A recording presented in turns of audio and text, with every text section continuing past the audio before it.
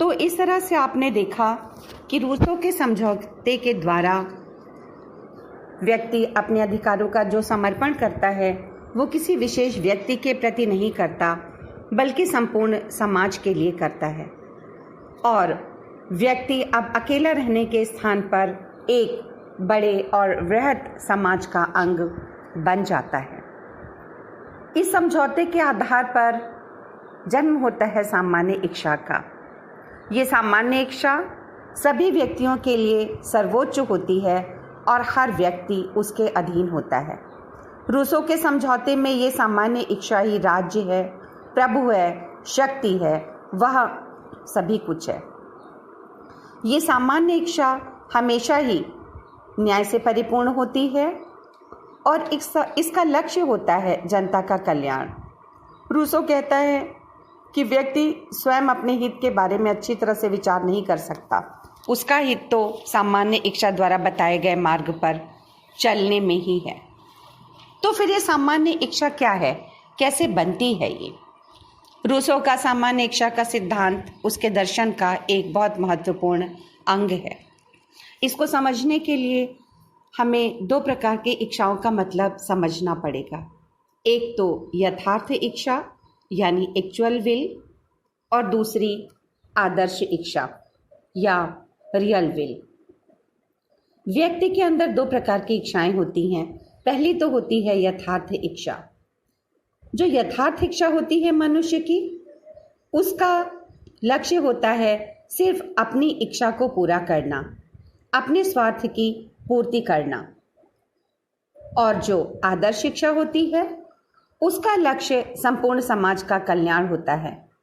इस इच्छा के अनुसार मनुष्य खुद के हित को सामाजिक हित का एक अभिन्न अंग समझता है, और जब कोई भी बात सोचता है तो वो पूरे समाज के हित को ध्यान में रख करके करता है। इसका निर्माण कैसे होगा? सामान्य इच्छा कैसे बनेगी आदर्श इच्छा से? इसको समझने के लिए आप इसको इस तरह से समझिए कि जब कभी भी जनता के सामने कोई भी प्रश्न उपस्थित होगा और जनता का प्रत्येक व्यक्ति उस प्रश्न पर विचार करेगा। एक दृष्टिकोण तो व्यक्तिगत दृष्टिकोण होगा, जहां वो केवल अपने हित को ध्यान में रखेगा। लेकिन यदि वह समाज सभ्य और सुसंस्कृत है, उसमें नागरिकता की भावना है, उसमें आदर्श इच्छा बलवती है, और आदर्श इच्छा हर व्यक्ति में होती है। ऐसा नहीं कि व्यक्ति में होगी नहीं, किसी व्यक्ति में कम होगी, किसी में ज़्यादा होगी, लेकिन होगी ज़रूर। तो ऐसी स्थिति में जब ऐसे लोग मिल करके विचारों का आदान प्रदान करेंगे, तो इस प्रक्रिया में व्यक्तियों की जो स्वार्थ पर आधारित इच्छाएं हैं, जिसे आप आदर्श इच्छा, जिसे आप यथार्थ इच्छा कहते हैं, वो यथार्थ इच्छा समाप्त होने लगेंगी और सामान्य इच्छा का उदय होगा। वास्तव में वो सामान्य इच्छा हम सभी की आदर्श इच्छा का ही एक बड़ा रूप है।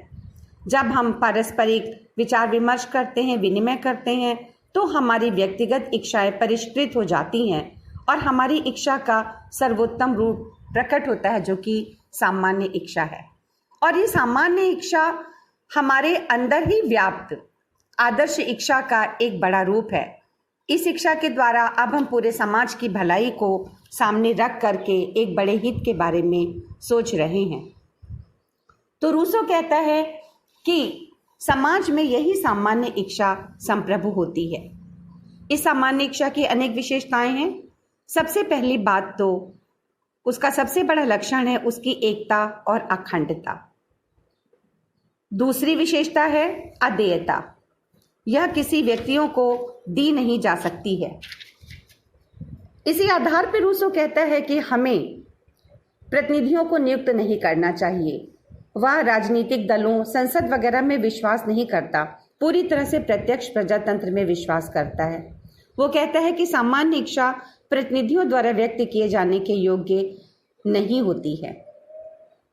अगर हम किसी व्यक्ति को अपनी इच्छाएं सौंप देते हैं तो हमारी स्वतंत्रता का भी वहीं हनन हो जाता है, हमारी स्वतंत्रता समाप्त हो जाती है। तीसरी विशेषता है कि सामान्य इच्छा सर्वोच्च और निरंकुश है। इस पर किसी प्रकार के भी कोई दैवीय, प्राकृतिक या परंपरागत नियमों का कोई भी प्रतिबंध नहीं होता। या किसी भी व्यक्ति या व्यक्ति समूह के अधिकारों से नियंत्रित नहीं होती। सभी के द्वारा सामान्य इच्छा का पालन किया जाना चाहिए। अगर वे ऐसा करते हैं तो उनकी स्वतंत्रता ज़्यादा बढ़ जाती है, स्वतंत्रता कहीं पर भी कम नहीं होती है। सामान्य इच्छा स्थायी है और सामान्य इच्छा का जो सबसे बड़ा तत्व है वह है लोक कल्याण। सामान्य इच्छा व्यक्तियों की आदर्श इच्छाओं का योग होती है और व्यक्तियों की ये आदर्श इच्छाएं जन कल्याण से प्रेरित होती हैं। इसलिए सामान्य इच्छा का लक्ष्य हमेशा ही संपूर्ण समाज का कल्याण होता है। यह व्यक्तियों के विवेक पर आधारित औचित्यपूर्ण इच्छा है, किसी प्रकार की भावनाओं पर नहीं बल्कि तर्क और विवेक पर आधारित है। कभी कभी ऐसा होता है कि हम सर्वसम्मति को सामान्य इच्छा समझते हैं, लेकिन ऐसा नहीं है। एक व्यक्ति की इच्छा भी सामान्य इच्छा हो सकती है। यदि उसका उद्देश्य जन कल्याण है तो एक व्यक्ति की इच्छा, कुछ व्यक्तियों की इच्छा या सभी व्यक्तियों की इच्छा भी सामान्य इच्छा हो सकती है। उसके लिए सर्वसम्मति की आवश्यकता नहीं होती है। तो रूसों के समाज में यही सामान्य इच्छा, यही जनरल विल संप्रभु है। हालांकि इस सिद्धांत के लिए रूसों की राजनीतिक चिंतन में बहुत ज़्यादा आलोचना की गई है। कहा जाता है कि राजनीतिक चिंतन के सबसे विवादास्पद विषयों में से एक है।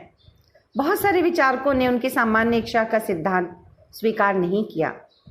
उनका कहना था कि यह अस्पष्ट और अव्यवहारिक है। सामान्य इच्छा की परिभाषा रूसो बहुत स्पष्ट तरीके से नहीं कर पाए। वेपर नामक विचारक ने लिखा कि जब रूसो हमें सामान्य इच्छा का पता ही नहीं दे सकते तो इस सिद्धांत के प्रतिपादन का मतलब ही क्या हुआ।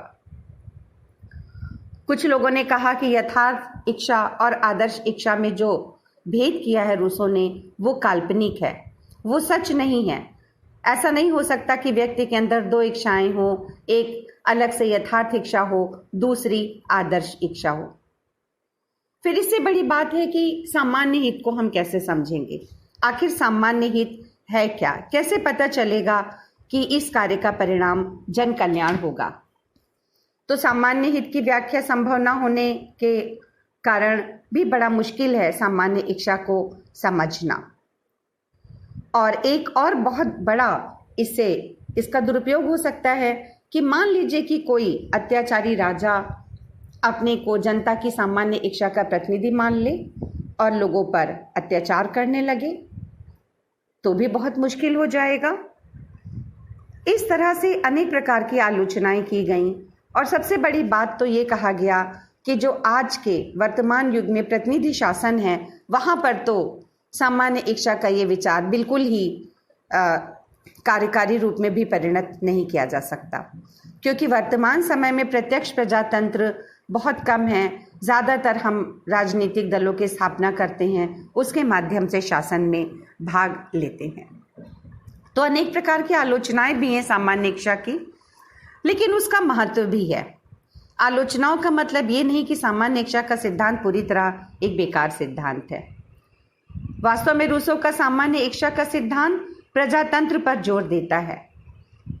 वह कहता है कि शासन का आधार जनता की स्वीकृति है, जनता की इच्छा है। जो भी कानून बने राज्य में उसमें जनता का विचार अवश्य शामिल होना चाहिए।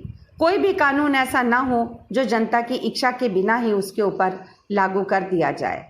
सरकार हर समय जनता के प्रति उत्तरदायी होती है। तो इस तरह से जनता के शासन पर, लोकप्रिय संप्रभुता के सिद्धांत पर रूसो जोर देते हैं। इसलिए सामान्य इच्छा के सिद्धांत का बहुत ज़्यादा महत्व है। इस सिद्धांत में व्यक्ति के और सामाजिक हित को प्रधानता दी गई है।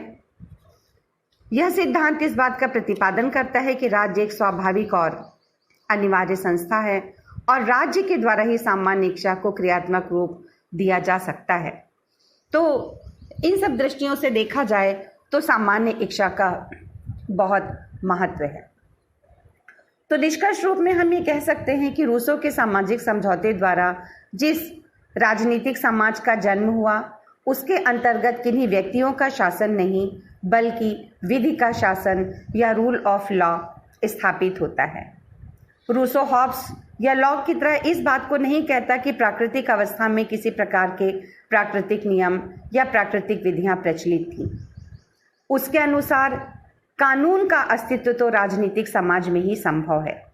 सामाजिक समझौते के बाद सामान्य इच्छा द्वारा ही संवैधानिक कानूनों का निर्माण होता है।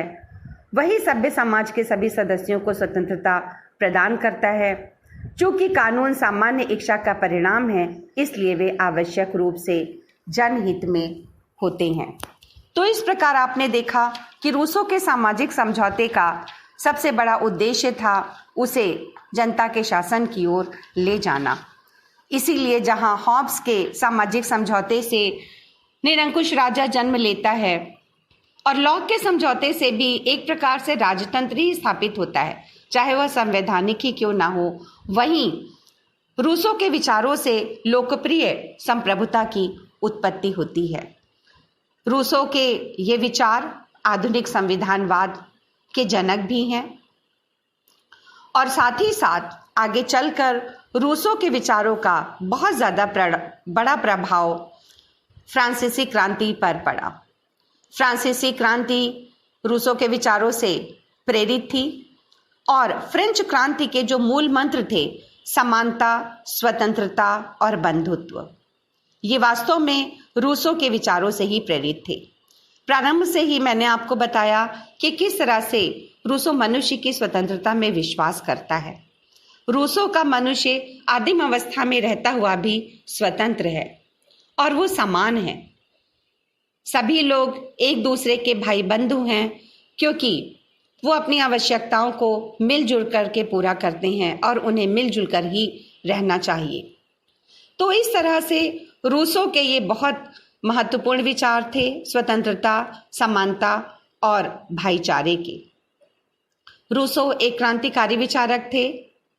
उन्होंने तत्कालीन जो भी शासन की बुरी प्रवृत्तियां थीं, जो भी गलत शासन था और सामाजिक व्यवस्था में जो कुछ भी बुराइयां थीं, उस पर खुलकर आक्षेप किए और शोषण और आर्थिक विषमता के जो भी दुष्परिणाम थे उनका चित्रण किया और जनता में ये भावना भरी कि इस व्यवस्था को बदला जा सकता है। और इसीलिए शायद फ्रेंच क्रांति के समय फ्रांस की आम जनता ही सड़कों पर आ गई और एक अत्याचारी शासन को उखाड़ फेंकना भी उन्होंने उसका भी आसानी से वे कर सके, इसमें उन्हें मुश्किल नहीं आई। तो इस तरह से कह सकते हैं कि रूसो का महत्व राजनीतिक विचारों के क्षेत्र में बहुत अधिक है।